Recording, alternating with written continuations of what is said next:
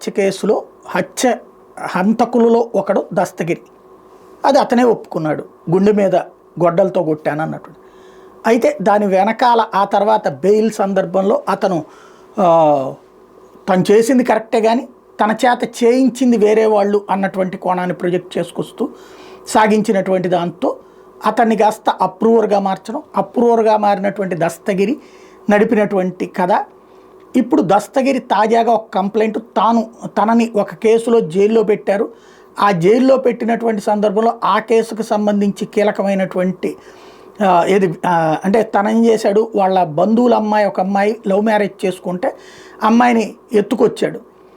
ఆ నేపథ్యంలో కిడ్నాపు ఆ కేసు పెడితే, ఎస్సీ ఎస్టీ కేసు అది పెడితే, ఆ కేసుకు సంబంధించినటువంటి వ్యవహారంలో జైల్లో ఉన్నప్పుడు తనని డాక్టర్ చైతన్యారెడ్డి ఎవరైతే అవినాష్ రెడ్డి వాళ్ళ బంధువు వచ్చి కలిశాడని చెప్పి తన మీద కేసు విత్డ్రా చేసుకోమని అడిగాడని చెప్పి కంప్లైంట్